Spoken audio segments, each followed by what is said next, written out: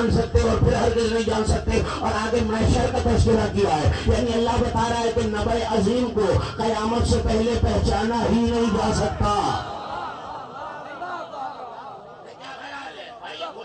کی آواز آتی نا آغاز میں خطبے میں واقع تو کیا کہہ رہا ہوں میں؟ قیامت سے پہلے نبع عظیم کو پہچانا ہی نہیں جا سکتا. کیا ہے نبع عظیم؟ بڑی خبر.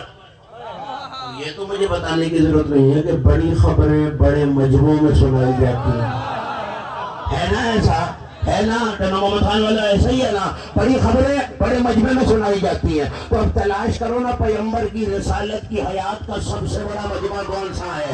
جہاں پیغمبر نے اعلان کر دیا بلال جو پیچھے رہ گئے انتظار کر، جو آگے چلے گئے واپس بلا.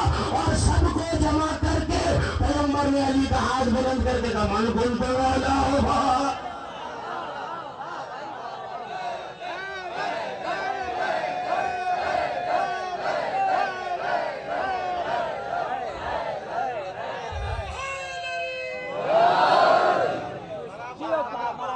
اس گرمی میں اس بیداری کے ساتھ سن رہے ہیں. مولا آپ کے کلیجوں کو ٹھنڈا رکھے. محشر میں جو یہاں گرمی برداشت کرے گا نا، خدا کی قسم محشر کی گرمی بھی وہی برداشت کرے گا. کیونکہ ایسا ایک امتحان پہلے ہو چکا ہے. گرمی تو غدیر میں بھی بڑی تھی نہیں تھی پچھلے لوگ، گرمی تھی نا غدیر میں. اور تم تو شامیانے کے سائے میں بیٹھے ہوئے ہو. جو غدیر میں علی کی ولایت سن رہے تھے پتہ ہے سر بھی منڈے ہوئے تھے، پیروں میں نالین بھی نہیں تھی، سورج بھی سمجھ لینے میں تھا. اور میں ممبر سے کہہ رہا ہوں، ذمہ داری سے کہہ رہا ہوں، اتنی سی کوپل بھی تھی نا اگر میدان غدیر میں. پیغمبر نے آگے کہا امہ اٹھاڑو اسے. اسے ممبر پہ آنا ہی نہیں چاہیے جو دبتی ہوئی آوازیں اور چہرے کی پریشانی نہ بڑھ سکتا. ہاں جب پریشانوں کے دیکھتے ہیں تو پتہ چل جاتا ہے جملہ واضح نہیں ہوا. اتنی سی کوپل بھی تھی. پیغمبر نے کہا اٹھاڑو اسے. سرکار چھوٹا سا پودا ہے، لگا رہنے دیجئے، کسے سایہ دے رہا ہے؟ کیسے زیدی تم جانتے نہیں ہو میری بزم میں کیسے کیسے ہیں. جب میں علی کو اٹھا کر ہاتھ بلند کر کے ولایت کا اعلان کروں گا، میں نہیں چاہتا محشر کے میدان میں کوئی کہے سرکار میں پودے کے پیچھے تھا علی نظر نہیں آیا. ادھر رہو، کسی ماتمی کا ہاتھ نیچے نہ رہ جائے.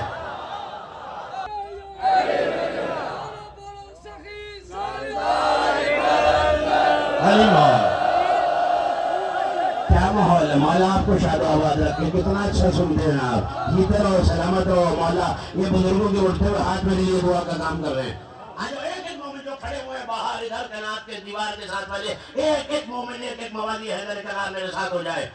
اچھا جیسے علی بلند ہوا نا تو سلمان نے سب کو ہلانا شروع کیا.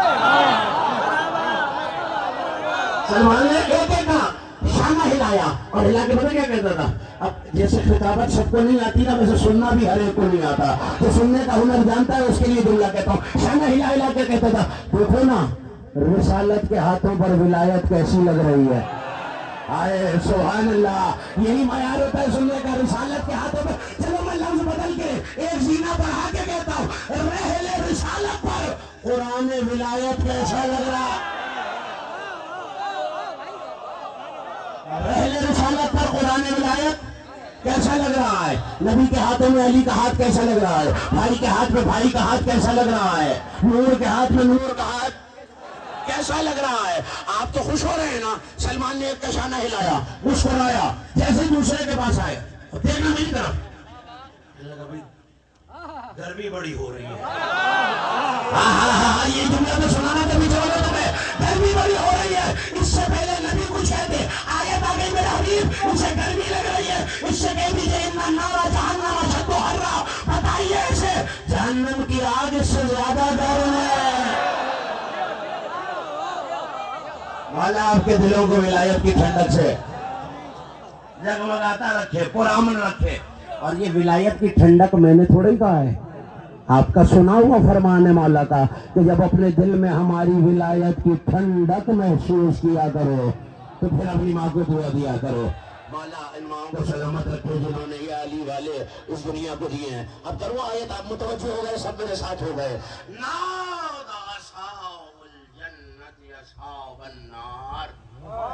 محشر کا منظر ہے اور اللہ کہہ رہا ہے توجہ، اس دن جنت والے جہنم والوں کو آواز دے کے کہیں گے نہیں مجھے معاف کر رہا، میں نے صحیح لفظ ہی نہیں استعمال کیا. آواز دے کر نہیں، ندا دے کر، پکار کر، حقل مار کر. کوئی لفظ تو سمجھ میں آ رہا ہوگا تمہیں، اب تو سمجھ میں آ گیا نا. ہاں مجھے آواز دینی تھی ذوالفقار صاحب کو دروازے سے، اور میں آہستہ آہستہ کہہ رہا تھا ذوالفقار صاحب.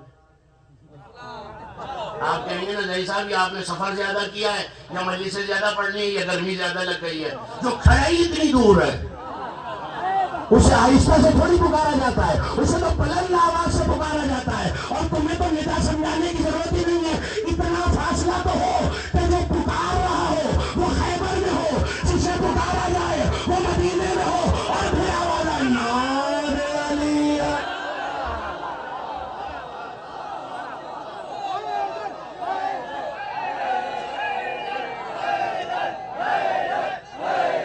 بھائی ناراض تو نہیں ہو پیچھے والوں کا، نعت کے ساتھ ہاتھ اٹھاتے رہنا.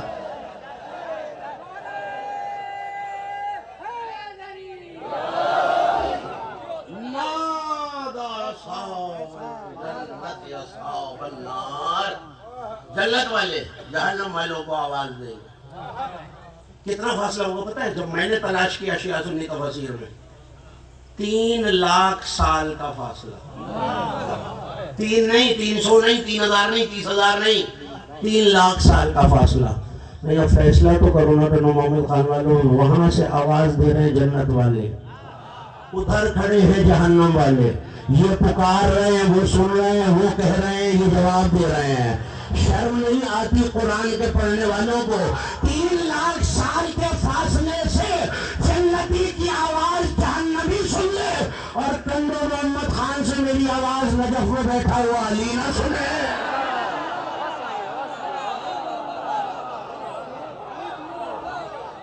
بھئی عجیب انصاف ہے. ہاں جنتی کی آواز نہیں. یہ جنتی کون ہے؟ وہی ہے نا جو علی والا ہے. علی والے کی آواز تو سنائی بھی دے، علی کو آواز نہ سنائی دے. توجہ بھائی، یہ منظر پہنچنا ہے.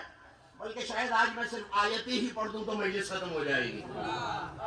نہیں گھبرا کیوں گئے ہو بھائی؟ میں اکثر کہتا ہوں قرآن وہ طوق ہے جس کے ڈلنے کے بعد علی کی ولایت کا منکر تڑپ تو سکتا ہے، نکل نہیں سکتا. ڈالے تو جوانوں، ڈالے تو منکر علی کی گردن میں. پیچھے والے دوستوں ڈالے تو منکر علی. جیتے رہو، سلامت رہو نوجوانوں. مولانا بزرگوں کا سایہ سلامت رکھے، ان جوانوں کی جوانی سلامت رکھے. نادى اصحاب الجنت اصحاب النار. جنت والے جہنم والوں کو آواز دے کے کہیں گے کیا؟ یہ تو سن لو، ان قد وجدنا ما وعدنا ربنا حقا. اوے جہنم والوں، ایسی کہیں گے نا پکار کر. آواز تو ایسی دی جاتی ہے نا ندا. تو جہنم والوں، ہم نے اپنے رب کے وعدے کو سچا پایا. توجہ، ہم نے اپنے رب کے وعدے کو، بولو نا، ہم نے اپنے رب کے وعدے کو، ہم نے اپنے رب کے وعدے کو. کیا تم نے بھی اپنے رب کے وعدے کو سچا پایا؟ ہم نے اپنے رب کے وعدے کو سچا. توجہ ہے.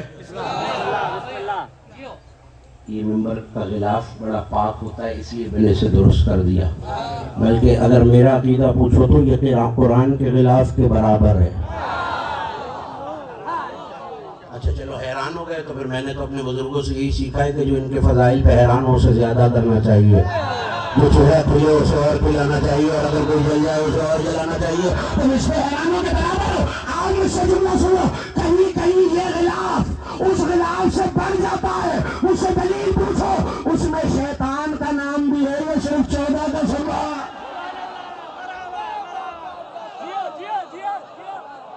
ہے نا. قرآن میں شیطان کا ذکر بھی تو آیا ہے نا. ہاں تو یہ تو قرآن ناطق کو سنتا ہے. اب ہے توجہ تو آگے چلے. آگے اسپیکر کے ساتھ چلے نا آگے. جنت والے پکار کے کہیں ہم نے اپنے رب کے وعدے کو سچا پایا. تم نے بھی اپنے رب کے وعدے کو سچا پایا. کہ تو ایسے رہیں جیسے ان کا رب کوئی اور ہے. پتہ نہیں میں نے کیا کہا اور آپ نے کیا سنا. ان کا رب کوئی اور ہے. بہرحال کہیں گے کہ جنت والے جہنم والے ہم نے اپنے رب کے وعدے کو سچا پایا. تم نے اپنے رب کے وعدے کو سچا پایا؟ نام کہیں گے ہاں ہم نے بھی اپنے رب کے وعدے کو سچا پایا. بس یہ ٹکڑا نہ پہنچانا آیت کا تو شاید پوری مجلس ہی پڑھنا بیکار ہو جائے. قرآن کہتا ہے وَأَذَّنَا مُؤَذِّنٌ بَيْنَهُمْ. اس وقت ایک مؤذن اٹھ کر ان کے درمیان آذان دے گا. اس وقت ایک مؤذن اٹھ کر ان کے درمیان آذان دے گا. کیا خیال ہے؟ اب جس مسلک سے تعلق ہو نا، شیعہ ہو سنی ہو، جس مسلک سے میرے بھائی تعلق ہے، اپنی پسند کے عالم سے لکھوا کے لانا کہ کیا میدان محشر میں نماز ہوگی. وہ تو حساب کا دن ہے. یہاں پڑھیے تو وہاں حساب ہوگا، وہاں پڑھو گے تو آگے حساب کہاں ہوگا. وہ تو حساب کا دن ہے. اگر وہ جیسا بے نمازی ہوگا تو وہاں موقع مل جائے گا، وہاں جلدی جلدی قضائے عمری پڑے گا، حساب ٹھیک ہو جائے گا. اس کا مطلب ہے تو حساب کا دن ہے، نمازوں کا نہیں. تو پھر یہ آذان کیوں ہو رہی ہے؟ جنہوں نے حیرت سے مجھے دیکھا وہ کسی اور، جنہوں نے داد دی ان کو کیا سمجھ میں آ گیا. بھائی محشر کا میدان ہے، مجھ جیسا گناہگار پریشان ہے کہ جہنم نہ چلا جائے، آپ جیسے پر امید ہے کہ جنت جانا ہے. یعنی جنت کی فکر میں کچھ کھڑے ہیں، جہنم کی فکر میں کچھ کھڑے ہیں. یہ کون نفس مطمئنہ ہے؟ نہ جہنم کا ڈر ہے، پتہ نہیں کہاں بیٹھے ہو بھلا محمد خان والو. نہ جہنم کا ڈر ہے، نہ جنت کا لالچ ہے. یہ نفس مطمئنہ بن کر آزان دے رہا ہے.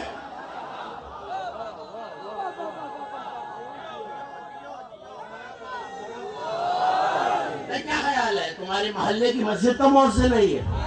وہ تو خود جہنم کی جنت کی کشمکش میں پڑا ہوگا. وہ بھی تو میرے آپ کے جیسا بشر ہے نا، تو وہ بھی تو جنت جہنم دیکھ رہا ہے. یہ کوئی ایسا مؤذن ہے، نہ اسے جنت کی لالچ ہے نہ جہنم کا خوف ہے. 1 سال کا وقت کافی ہے، جب اگلے سال آؤں یا تو مجھے اس وقت کوئی اور تلاش کر کے بتا دینا، ورنہ تب تک میرا بتایا ہوا مان لینا، پھر جیسے تمہارا دل چاہے. میں نے دیکھا محراب کوفہ میں ایک عابد کھڑا ہے اور توحید سے کہہ رہا الہی ما عبدتک طمعا للجنہ ولا خوفا من نار. مالک نہ علی نے جنت کے لالچ میں عبادت کی ہے، نہ جہنم کے خوف میں عبادت